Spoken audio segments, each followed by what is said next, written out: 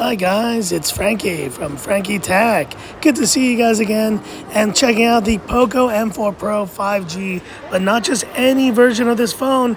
It is the POCO Yellow version. I've been waiting to see this phone and just happened to be in the Xiaomi store today for the first time in months, guys. But look at this back. It's absolutely stunning and a matte back phone, no less. Gosh, I wish they had sent me this version of the phone to review because it is stunning. And it almost makes me want to buy the phone in this color. But you know what? The rest of it, though, is still the same POCO M4 Pro 5G with that 90 hertz display and the cameras that, are okay for the price, but nothing amazing. But here you see the version that I got, which was the kind of gray-black version. And you can tell, man, it's just so much nicer. And you have this kind of rough texture to the back as well.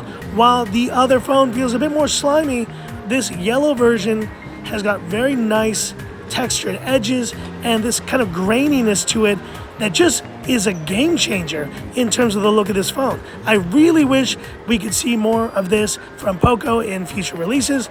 But anyways, guys, just a quick look here of the yellow version of the POCO M4 Pro 5G. Like, subscribe, stay tuned for more great content here on the channel.